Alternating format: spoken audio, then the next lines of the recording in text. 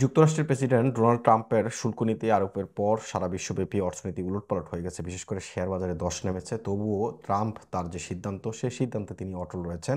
ইউরোপের বিভিন্ন দেশে দেশে বড় বড় শহরগুলোতে বিক্ষোভ হয়েছে। জার্মানির বার্লিন, ফ্র্যাঙ্কফুর্ট, ফ্রান্সের রাজধানী প্যারিস, যুক্তরাজ্যে লন্ডনে, ইতালির রাজধানী রোমে, পর্তুগালের রাজধানী লিসবন সহ বড় বড় শহরগুলোতে এই বিক্ষোভ অনুষ্ঠিত হয়েছে। ট্রাম্পের বিরুদ্ধে এই বিক্ষোভ করেছে মূলত ডেমোক্র্যাট দলের সদস্যরা, যারা এই সমস্ত দেশগুলোতে বসবাস করছেন মার্কিন নাগরিক। তারা এই বিক্ষোভের ডাক দিয়েছেন। বিক্ষোভের সময় তারা বিভিন্ন প্লেকার্ড, ফেস্টুন নিয়ে এসেছেন। সেখানে তারা যে ধরনের কথাবার্তা লিখে রেখেছেন প্লেকার্ডে, যে গণতন্ত্র রক্ষা করুন, হ্যান্ডস অফ বা আমাদের নিজেদের মতো চলতে দাও, ট্রাম্প তোমার কর্মকাণ্ডে বিশ্ববাসী বিরক্ত, তুমি চলে যাও। বার্লিনে টেসলার যে বিক্রয় কেন্দ্র রয়েছে, সেই বিক্রয় কেন্দ্রের সামনেও বিক্ষোভ হয়েছে। সেখানেও ইলনের বিরুদ্ধে আসলে মূলত সেখানে স্লোগান দেওয়া হয়েছে, ইলন তোমাকে কেউ ভোট দেয়নি, তুমি চলে যাও। এই ধরনের কথাবার্তা বলা হয়েছে।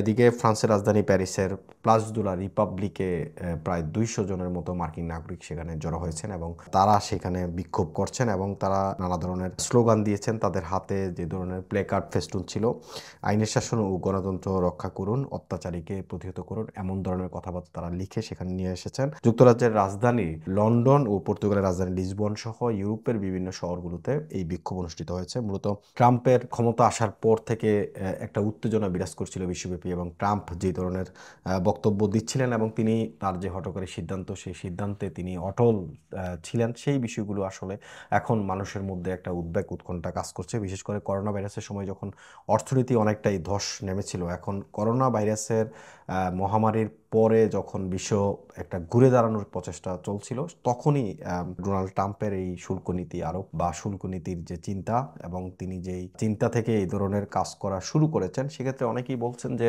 মহামারী করোনার সময় যে পরিস্থিতি হয়েছিল অর্থনীতির, সেই একই পরিস্থিতি তৈরি হচ্ছে ডোনাল্ড ট্রাম্প এবং তার যে প্রশাসন, সেই প্রশাসনের মাধ্যমে যেই শুল্ক নীতি নতুনভাবে আরোপ করেছে এবং ট্রাম্পের সমালোচনায় মুখর হয়েছে মার্কিন নাগরিকরা। এছাড়াও আপনাদেরকে আরেকটা বিষয় জানিয়ে রাখি, যুক্তরাষ্ট্রেও কিন্তু ট্রাম্প বিরোধী বিক্ষোভ হয়েছে। পুরো যুক্তরাষ্ট্রে বিক্ষোভ হয়েছে, বড় বড় শহরগুলোতে, নিউ ইয়র্ক, লস অ্যাঞ্জেলেস থেকে শুরু করে ক্যালিফোর্নিয়া, সবগুলো অঞ্চলে ট্রাম্প বিরোধী বিক্ষোভ হয়েছে, যেখানে হাজার হাজার মানুষ জড়ো হয়েছে এবং ট্রাম্প বিরোধী তারা স্লোগান দিচ্ছে, ট্রাম্পকে চলে যাওয়ার জন্য বলছে, ট্রাম্পকে তার ক্ষমতা শেষ করে তিনি যেন চলে যায়, সেই কথাই বলছে মানুষ। কারণ ট্রাম্পের এমন হঠকারী সিদ্ধান্ত আসলে কেউই মেনে নিতে পারেনি এবং ইউরোপের সাথে ট্রাম্পের যে বা যুক্তরাষ্ট্রের যে বন্ধুত্বপূর্ণ সম্পর্ক ছিল, সেই সম্পর্ক কিন্তু বহুকাল থেকে সেই সম্পর্ক চলে আসছে। এখন দেখা গেছে সেই সম্পর্কেও ফাটল দেখা দিয়েছে এবং ইউরোপের সাথে ট্রাম্পের যেই ভালো সম্পর্ক থাকার কথা ছিল, সেই সম্পর্ক কিন্তু এখন আর বিদ্যমান নেই।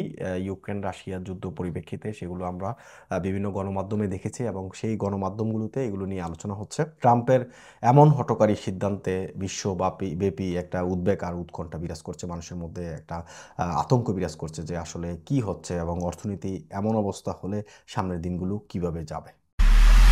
এমআইবি সংবাদ ও সংবাদ সংশ্লিষ্ট অনুষ্ঠান দেখতে ভিজিট করুন www.mibtelevision.tv ও facebook.com/mibtelevision.tv এবং সাবস্ক্রাইব করুন youtube.com/mibtelevision এ।